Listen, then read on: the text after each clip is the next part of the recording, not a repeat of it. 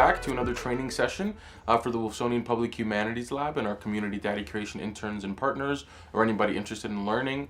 Today we're going to be going over Premiere Pro, which may seem daunting at first, but it's really not as difficult as it seems. And if there's anything that you need clarification on, any help that you might need, you can always feel free to reach out to me and we can go over this in person, on Zoom, wherever you are, whenever you need it. We're going to be going over some really important topics on how to get your video prepped and ready, the video that you already shot, the oral history that you already shot and have edited and ready for our digital repository, right? So a couple things that we're going to go over today is importing media and Premiere Pro basics, editing basics and removing unwanted video segments, balancing audio from the wireless Lapel system, editing continued and video transitions from the beginning to the end of the video, transcripts and captions, and finally exporting and saving the video. So all of these are crucial steps in the video editing process on Premiere Pro, and they're very easy. They're not as complicated as it seems. So please feel free to bookmark this video, come back to it, and review it whenever you need as you edit. And like I said before, reach out to me if anything seems unclear or if you need any help while doing this. But this video should serve as the cornerstone for whatever you need on Premiere Pro now and in the future. So without further ado, enjoy the video. So you can upload the files one of two ways. When you open up Premiere Pro, at the top left corner, there's a little tab that says New Project, and once you click New Project, it will prompt you to like select. It'll open up kind of like your window with all your different documents, kind of like your Finder app on if you're using a Mac, right? So that will give you the option to start looking through your files and select whichever files you're going to be using for this project. Or what you can do as well, I'm just going to show you an example and I'll delete it. I'm going to drag in a random video file. So you can just open up your own Finder, right? Your own Finder app window, right? And you can just drag in any video, right? So I'm just going to drag in any random video. You just drag it and drop it straight onto this little project folder here. So you just saw this little like white box video pop in, right? This is a random video from my computer. So you can also just drag and drop video straight into your project, your media browser, right? So there's a couple things to keep in mind when you're working with Premiere Pro. First of all, it's going to look a little what's the word? It's going to look a little confusing at first, right? So we've got all of these different panels and it looks really confusing, but it's pretty easy once you take a look at it, right? So this is your media browser panel. So over here, you're going to see all of the media that you import. Okay. So whether that is videos, whether that is PNGs of logos, whether that is music and anything that you're going to upload to use onto your actual video is going to be located here in the media browser tab that's right now currently highlighted in a little blue outline, right? Over here, right next to it, right on the right of it, this is your actual sequence, your actual timeline. So this is what is actually going to be going into the video, right? So if you drag and drop a video on here, for example, it's going to be actually a part of the video that you export ultimately, right? Up here above the media browser file, right, is this is like kind of like where you edit. I'm not sure the name of this actual square, but this is where you edit the media from your media browser. So for example, what do I mean by that? Is just to give you a quick example, if I'm going to be starting off with the first video, right, video 301, right, then it goes to 303, 304, right, 302. So I'm going to start off with this video. If I double click it, you saw that now it popped up here on this top window, right? So what this means is that I can watch this video and decide if there's a part that I want to clip in or clip out, right? So let's say that I just want like a random part in the middle of this video, right? I can watch the video and I just want to keep this random, part in the middle of this video. I can press the I tab and that's for in, right? So now it's selecting everything from this point forward. I can drag and drop into my sequence, right? So you can watch a little bit, and let's say I just want a few seconds of this part of the conversation. Then you can press the O tab, right, for out. And now you see that it's just selecting this little part of the video in this gray box area, right? So that's really handy because if you want to just cut out parts or cut in parts, right, now you can just drag and drop this entire sequence right onto the timeline. Okay, so now we only have that part that we selected as a part of the actual video, right? So that's just a quick example, but we'll go over that. We'll go over that in a little bit more detail because there's a couple other things that you can do as well. And then this bigger screen right next to it is just kind of a preview window as to what is actually going to be showing up in your video. So if you drag and drop this clip, for example, like we did before, into the sequence, then it shows up into our preview window, and you can watch it and see what you've done so far, right? So that is the main basic parts of Premiere Pro.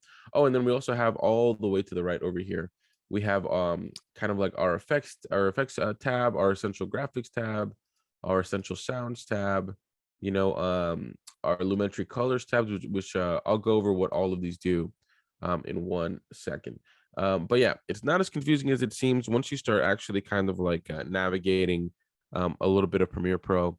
You'll see that it's pretty easy to use, but at first it seems a little bit complicated because there's a lot of windows and options, right? But let's start editing this oral history as if we're going from the beginning, right? So I like to just make sure that I'm dragging things in order, right? So whether you're using a camcorder or a DSLR camera, most of the time it's going to break up the actual video into kind of like more bite-sized segments, right? So this one is broken up into 1, 2, 3, into five segments. Hold on, let me move my microphone a little bit over here. And the cameras just do that automatically, you know, because it's a lot to hold, you know, an hour and a half long conversation into one file. So they just break it up for convenience. But these there's no lag in between these videos. So for example, if we drag in, you know, our first file, 301, right? Oh, I think it's still thinking that I am let's see. There we go. So if we drag in our first file 301, and then we drag in file 302, which is the next corresponding file, we can go ahead and zoom in. So you can use also these little drag and drop tools over here to zoom in and zoom out of your actual project file, right? So let's zoom in and just make sure that there's no weird cut here, you know, in between file 301 and file 302.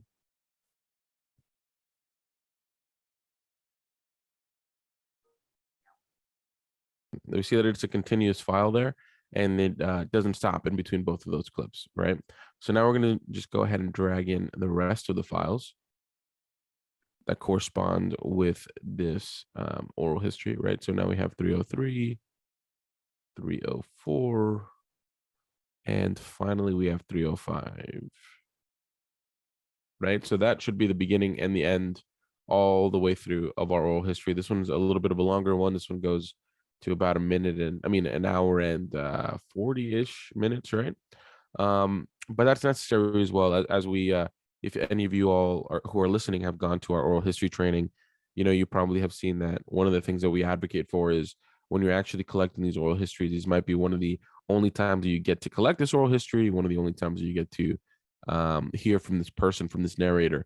So just let them go as long as they'd like. And friends, if you have any questions, you know, feel free to drop in any questions as we go. All right, sounds good.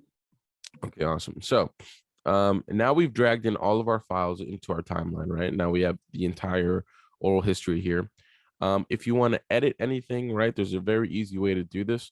So for example, let's say the narrator wants us to edit out a sentence from you know, clip 302, right? So what you can do is that you can, you know, zoom in and find the exact sentence. Let's say it's, you know, this last sentence from Dr. Pinkney.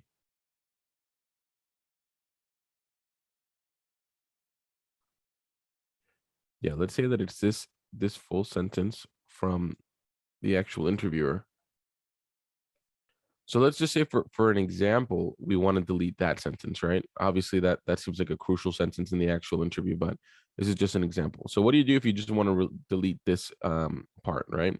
I tend to follow the waveforms as well. So you can kind of see that the sentence starts here and then ends right over there, right? So I tend to follow the waveforms, but what you can do is right over here, we have all of our tools, right? So we have our selection tool, which is just the general tool that you use to click and hold and drag things, right? The only ones that I really use is the selection tool, our razor tool, and then I also use our type tool, right? The other ones you won't really be using too much, right? But you can select your razor tool, and we can go ahead, and you see that there's a little gray line that shows up when we hover the razor tool over the actual project file. So we're going to hover this right before the actual waveform of that sentence starts. And we're going to just go ahead and click, and then it's going to separate it. Then we're going to go over here to our blue line that's marking the end of the sentence. And we're going to click, and we are going to separate that as well. And now you can go back to your selection tool. You can select the clip that you just cut, and we can just hit the backspace button, right? The backspace button on your keyboard, and you just deleted that sentence from the actual interview. And then you can go ahead and just drag this until it clicks into place with the other interview. And when you're dragging this, you got to be very careful that you're not overlapping, because if you do that, like for example, if I do that again, if you're not careful and you accidentally go a little bit too far, you can make the videos overlap, and then it would cut out, a section of the video, of the video 302, for example, right? So you're just going to want, when you're dragging it to connect, you're just going to want to make sure that you're dragging it slowly until it just clicks into place, right? So now let's review that we actually deleted that sentence. See, so then that entire sentence just gets cut out. So if there's anything that your narrator, requests to be removed, that's one way that you can definitely, just go ahead and review and then remove the sentences or stories that they would like to be removed from their actual oral history. Let's just undo that. So if you click edit, if you go to the way to the top and you click undo, you'll be able to just undo any actions that you may or may not do, by accident, as if you're on Photoshop or Microsoft Word or anything like that. You can undo the actions. So we're just going to undo this all the way. There we go. Now our clip is back to normal. Now, one thing that is very crucial as well is that both of these women are wearing our Rode Wireless 2 microphone system, right? And if you are listening while you're recording these oral histories, as you should be, you might notice that when people are speaking and they're wearing the actual lapel microphones, their voice might be coming in just from the left headphone or just from the right headphone, right? That's because the Rode Wireless system is collecting a singular track, right? A mono track of the actual speaker to reduce the amount of interference from anybody, right? So what we're going to do now, and you can actually see it if we play a little bit of this audio, right? So if we play this audio, you can see over here on the right where we have like our waveforms for our vocals, right? You can see that it's not even, that there's one side that is higher or lower than the other side, right? I'll play that again. So you see that here? That shows that Dr. Pinkney's lapel is preferring the right side over the left side. So we're getting an unbalanced audio track, right? And that's normal. That's totally okay. That's just to pick up a cleaner audio signal. So what do we do in that situation? So very, very easy. What we're going to do first, the way that I do this, is that we're going to drag and select all of our files on the timeline, right? We're going to right click on them and we're going to ungroup them. So we're going to select unlink, right? So what this allows you to do is to work with that. You can work with the audio and the video separately now, right? Because we don't want to mess with the video right now. We're just messing with the audio. So now once you unlink them, you're going to drag and select all of the audio files together. We're going to right click and press copy. You're going to place your marker at the end of your sequence. Then you're going to right click and paste. Select paste as well. So now we have doubled our audio files. We're just going to go ahead and drag them to the beginning of the timeline so that they match up perfectly with the other files, right? And now we're going to look up over here at our effects tab, right? So you're going to click your effects tab. We're going to go down to audio effects, and I believe this is under special. Yeah. So you're going to go to audio effects, and then you're going to open the special folder. And under the special folder, you're going to see fill left with right and fill right with left, right? So we're just going to go ahead and you're going to select one of these audio files to be left with right, and then the other ones to be right with left, right? So it's a little confusing, but basically what you have to do is just like one of these sequences. So the top sequence, I'm going to put fill left with right for all of them, right? All 5 of these vocal files. And then for the bottom sequence, I'm going to do the opposite one, fill right with left, right? So that just we balance the entire vocal performance, right? So I'm just going to do these one by one just to make sure that everything is good to go there. So you're just dragging and dropping it right on top of the vocal performance. Fill left with right. Okay, and one more, fill left to the right. Now we're going to do the opposite one, fill right with left to the bottom waveforms, right? There we go, fill right with left, fill right with left, fill right with left, fill right with left, and then fill right with left. Okay, perfect. Now our audio should be balanced. So let's take a look. Let's take a look and keep an eye on the waveforms that are going to pop up here on the right to see if they're even, right? So let's see.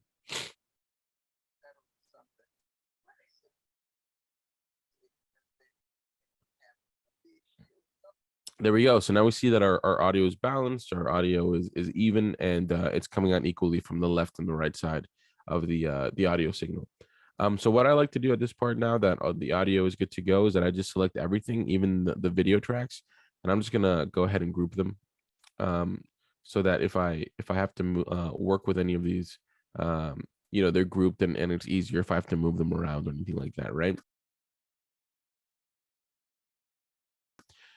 So we've gone through importing and uploading videos from the timeline.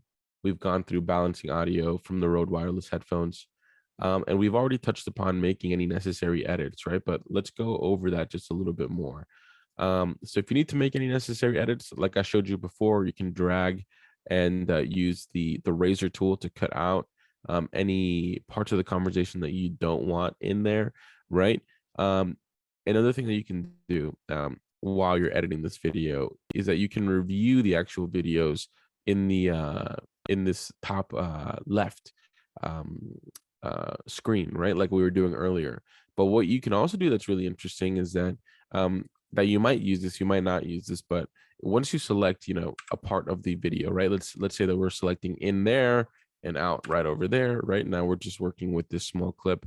You can actually drag in just the video, right? If you select this little film strip icon, drag video only see, or you can drag in just the audio, right? So you can do that with all of them. But if you want to drag in everything, sorry about that. Oh no. There we go. So if you want to drag in everything though, the video and the audio, you can just like drag from the actual video clip and it'll drag in both the video and the audio. You see 2 files there, right? So that's another way that you can just kind of like edit the video as you go along. If you don't want to edit on your actual timeline, you can edit through this top left window over here as well. You can even go back if you're trying to get a very specific part of the video, right?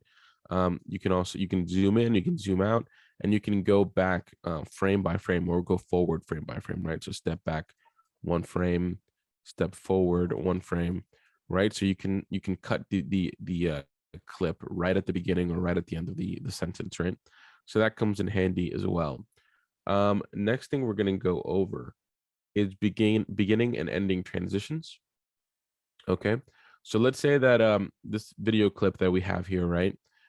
Everything is aligned, you know, in the correct order. The audio is balanced, and we've made all of the necessary edits that we have to make. For example, right? Let's say that our narrator sent in a couple edits that they'd like us to make, and we edited everything out. So now our video is good to go. The video is good and ready. But we want to make it look a little bit nicer, a little bit more presentable for the dPanther platform. I do the same thing for all of my oral history videos. So we're just going to add a beginning title page and then a fade out really at the end, right? So it's super easy. It's not very complicated. So let me show you how to do that. Let me take a quick sip of this coffee. Any questions so far, friends, or you're good to go? No questions so far. Okay. Let me know if anything pops up. Okay, sounds good. Okay. So let's go over how to put in, let's start with the title slide, right? So let's start by putting in a title slide at the beginning of this. Oh, and you can also, this little tool right here, go to in, right? That'll just take you to the beginning of your video clip, from wherever you are. Let's say that you have your marker, all the way towards the almost end of the video clip, and you want to watch the video from the start. You can press the go to in button, and it'll take you to the beginning of the audio clip. But let's go ahead and try putting a title slide on here, right? So what we're going to do is that we're going to close our effects tab. We're not going to be working with the effects tab right now, right? We're going to be working with essential graphics, right?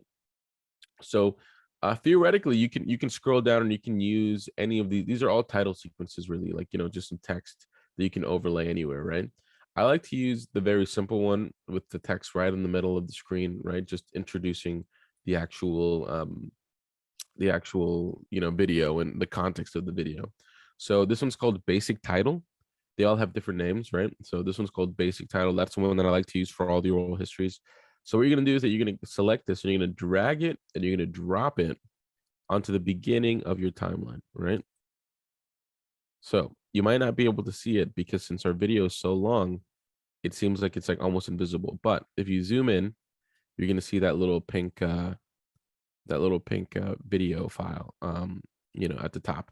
So the problem is that I dragged it into the beginning of our video, right? But it's on top of some existing video, right? So if we play it, you can see it in this video here on the top right that the actual title screen is happening over our video.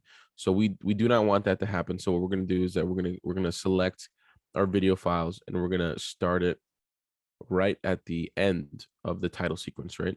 So now if we go to the beginning, we have a clean title sequence, right? Going straight into our video.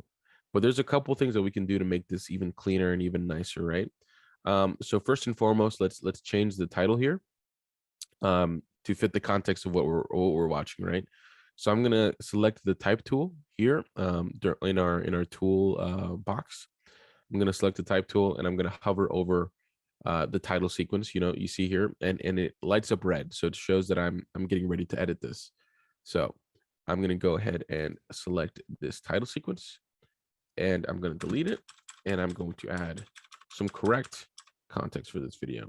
So I'll put the name of our institution first, the FIU Wolfsonian Public Humanities Lab. I'm going to press enter and I'll put Sunlight Beauty School interview number 1. And we can put Dr.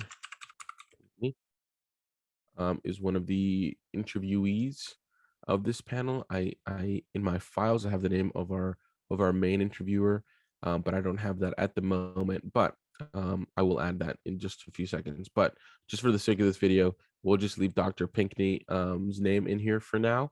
And I'll add our other narrator into this, before I finish editing this video.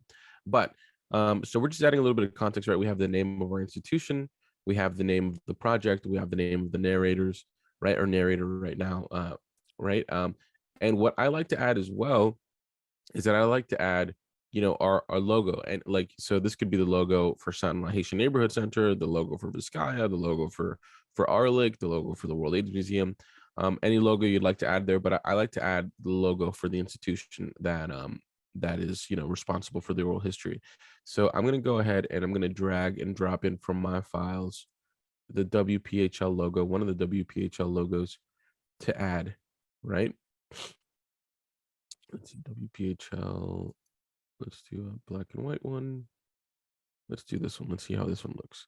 So I just dragged and dropped the logo over here to our media browser window. So you can see that it's there now, right? So the way that you're going to add this is that you can just drag this and drop this straight onto your timeline. So every time you're dragging in a new file, whether it's video or audio or anything like that, you're going to add it to a new tab, like a new row, right? So that they don't interfere with each other. So you can see here that I added the logo, but it's sitting on top of the actual text, right? So what do?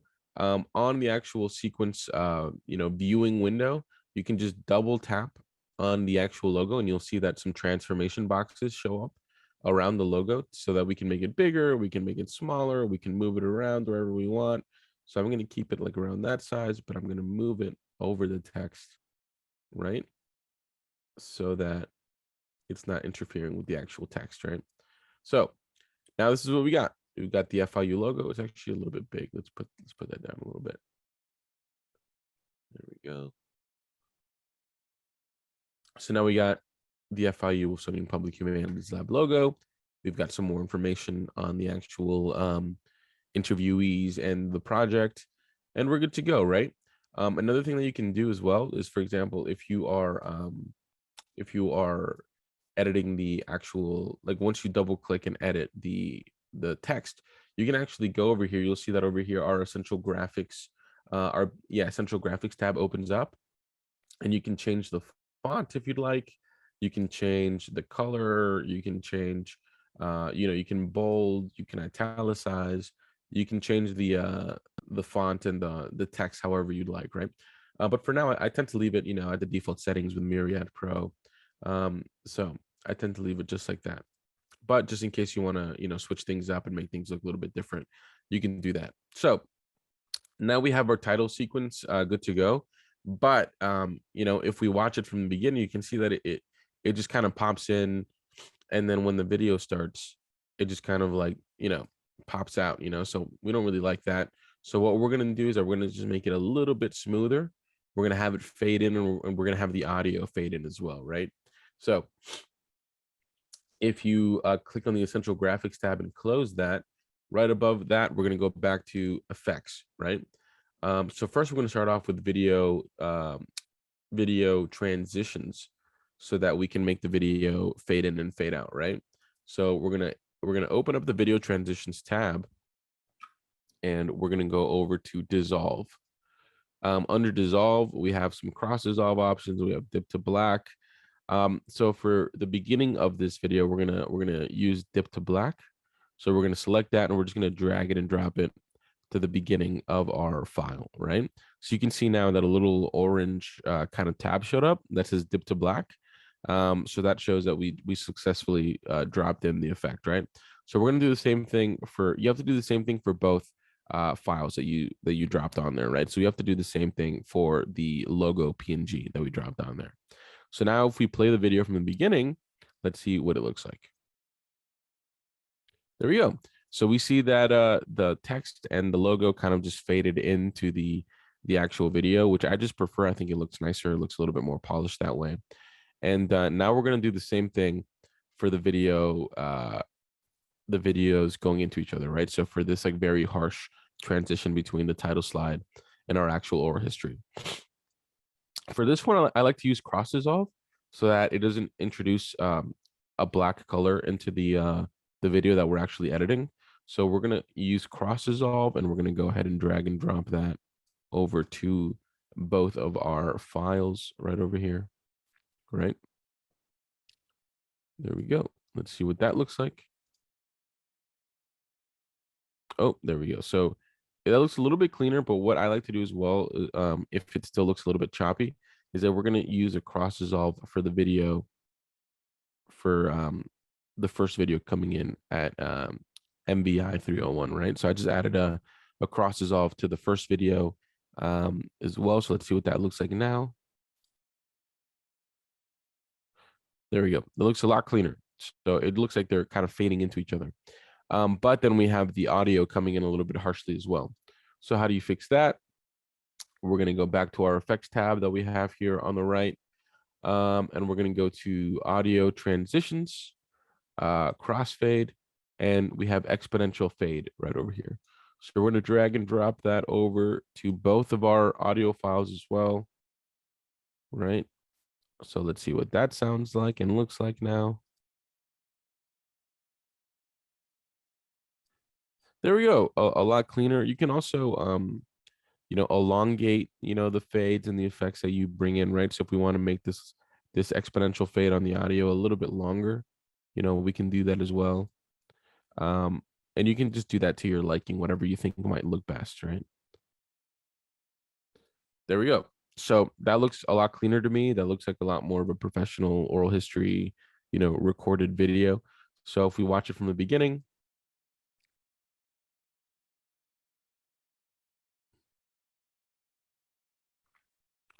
there we go. There we go. Okay. So we're going to do something very similar to the end of this video, right?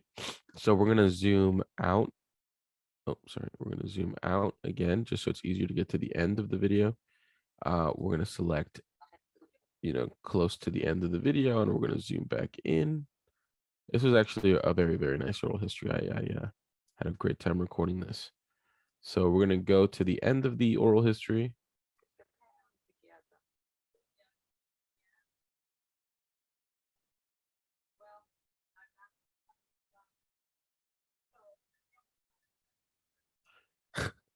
So obviously in a regular situation, it would be a little bit of a cleaner ending that I have somewhere around here where we ended a little bit cleaner.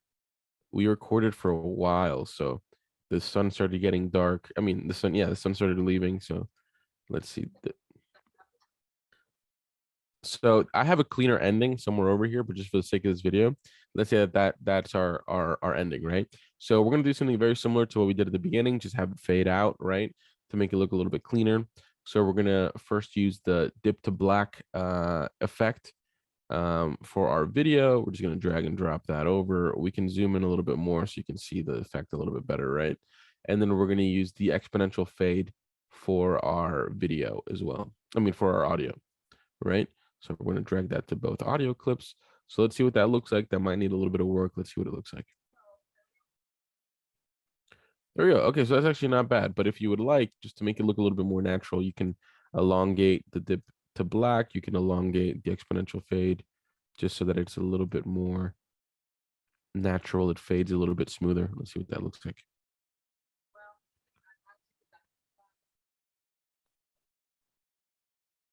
There we go. Okay, so that I'm happy with that. That looks good. So now we're pretty much good to go. So that is what I typically do on all of our oral histories at the beginning and at the end, just adding a title slide, adding a fade out at the end just to make things look a little bit neater, a little bit nicer. So now we went over that. Now let's go over the big one, transcript and captions, right? So that one seems we a big thing that we like to do with all of our oral histories, right, is to provide captions, provide a transcript, so that our narrators can review, so that anybody who accesses the actual transcript and the actual oral history can read and see what the narrators were trying to say. If anything might be a little bit harder to understand, or in a different language, like in Sanla's case, right? Which Franco from Sanla, who's here right now, it's going to be a little bit different for him, a little bit, because he's translating the actual transcripts into Haitian Creole. But what you can do is that up here at the top of our window, we see that we have our effects controls, we have Lumetri scopes, we have our source editor, we have our audio clip mixer, and then we have our text tab, right? If you don't see this for any chance, right? By any chance, right? So if you open up your Premiere Pro and you don't see the text tab, or you might not see like all of this that I have on the right, the effects tabs, you can click, you can go to the top and under the window tab, you can scroll down, you can click the things that you want to see, right? So for example, the text tab, right? If I didn't click that text tab, then I wouldn't be seeing it here on my window. So if you don't see something that you need that I'm mentioning in this video, it's more than likely just because you don't have it selected under your window tab, right? So let's go ahead and check out our text tab. So right over here, you can see as soon as we select the text tab, we see no captions available. You must have a transcript created in order to audio create captions, right? So we're going to go ahead and create a transcript. We're going to select that, and now a window pops up and gives us a few options. Do you want to do this in English? There actually is a few different language options. We have English UK, Mandarin, Cantonese, Spanish, German, French, Japanese, Portuguese, Korean, Italian, Russian, Hindi. Unfortunately, we don't have Haitian Creole, which is very, very sad. But we do have a couple different language options just in case anybody else in any other institutions do use a different language. But speaker labeling, yes, separate speakers, speaker one, speaker two. We are going to want to do that just so that we get a little bit of a clearer understanding of who's speaking. You know, either even though they're going to be labeled just speaker one, speaker two, but we can fix that afterwards. And then audio on the track is the mix, right? So a mix of both of the signals that we're giving it, right? So we're going to go ahead and click transcribe. And this part is going to take, you know, a few minutes typically. It does take a little bit of time, especially for a video this long. So cool. Okay. All right. So after you wait a little bit of time, you know, just it depends on how long your actual you know, oral history is, but you know, the longer it is, the longer this will take. Because this is kind of like being AI generated. So you can see that once we do that, we have a whole transcript for our full hour and 40, you know, minute long oral history. But as you can see, even from the first line, there are mistakes in here, right? So and there's no actual speaker names. So as we can see here that this first speaker is our narrator, right? So we can edit these, you know, and we can remove speakers. It seems like it added a few speakers that maybe weren't there, right? So you can listen, you can edit the name of the speaker. It seems like the speaker number one is Imani Warren, who was our interviewee, our interviewer, right? So whatever you change on here in this panel will change on the entire transcript and on the captions, right? So you can go through this and you can listen, you know, you can listen to this as the video goes, right?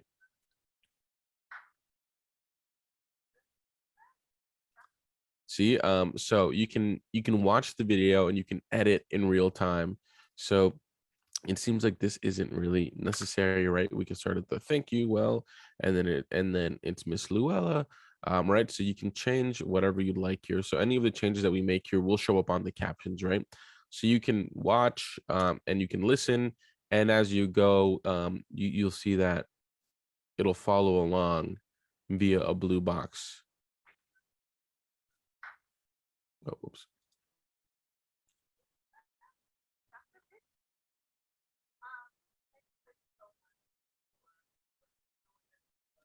Right, so there's like some grammatical errors, some like double words, you know, you can take out the second four. That's not really necessary. Thank you, lady, so much for doing this, right?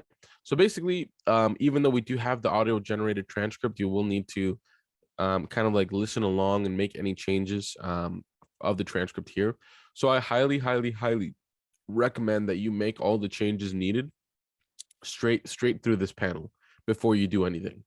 So once you listen to the entire thing and you make all of the changes necessary, right? What can we do now? So what I like to do now is that you can click these three little buttons right over here, right? And you can press export transcript, right? But I like to export it as a text file. So I just get the regular plain text. So, you know, you can name this Sunlight, right? Whatever you like, Sunlight Beauty School. Sunlight Beauty School number one, right? So I'm going to save that to my documents. So once that gets saved into my documents, so it's saved onto my documents this way, right? So any of the edits that I made are going to be saved through this text file. So what I do with this is that I just go ahead and like, you know, I select the entire oral history interview through here. This just makes it easier because I found that when you export it as a transcript or excuse me, I found that when you export it as a transcript or in a separate way, it kind of messes up the actual transcript. So I would just go ahead and export it as a text file. So then you can just go ahead and paste, you know, the text file on here, right? And you can even add a title if you'd like, you know, like Sunlight Beauty School History one. You know, you can add whatever you'd like. I tend to add a you know, a title before the actual transcript starts. But then you can save this onto your computer. I'm not going to save it for now, right? But then you can save that onto your computer, and then you can send that off to the narrators. So something that we typically do is that we'll send it off to the people that we interviewed, the narrators, and have them review it along with the video, so they can tell you if there's anything that they'd like to be taken out, anything that they'd like for you to change, right? Because we're always giving, like we've said before, power back to the narrator, right? Just whatever they'd like. This is their story, so you can send them that transcript to make sure that they're okay with everything, right? So now back over to Premiere Pro. You can see here, let's pretend like we edited this whole transcript. We went through the whole thing. It's perfect. It's in perfect condition now. We're good to go, right? We exported the transcript. So now the transcript is good to go. Now we want to add captions, right? So you can add captions.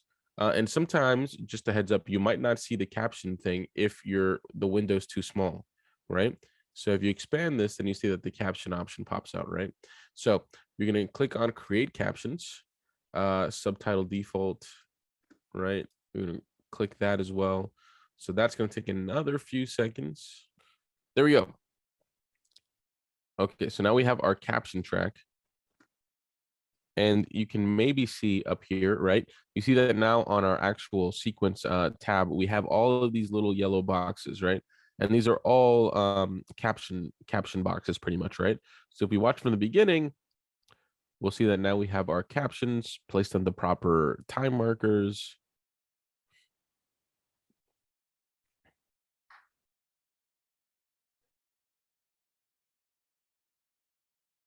But I think that's pretty much it. So besides the transcript and the caption, now we just have exporting and saving, right? So just keep in mind that everything that you have in this timeline will be exported, right?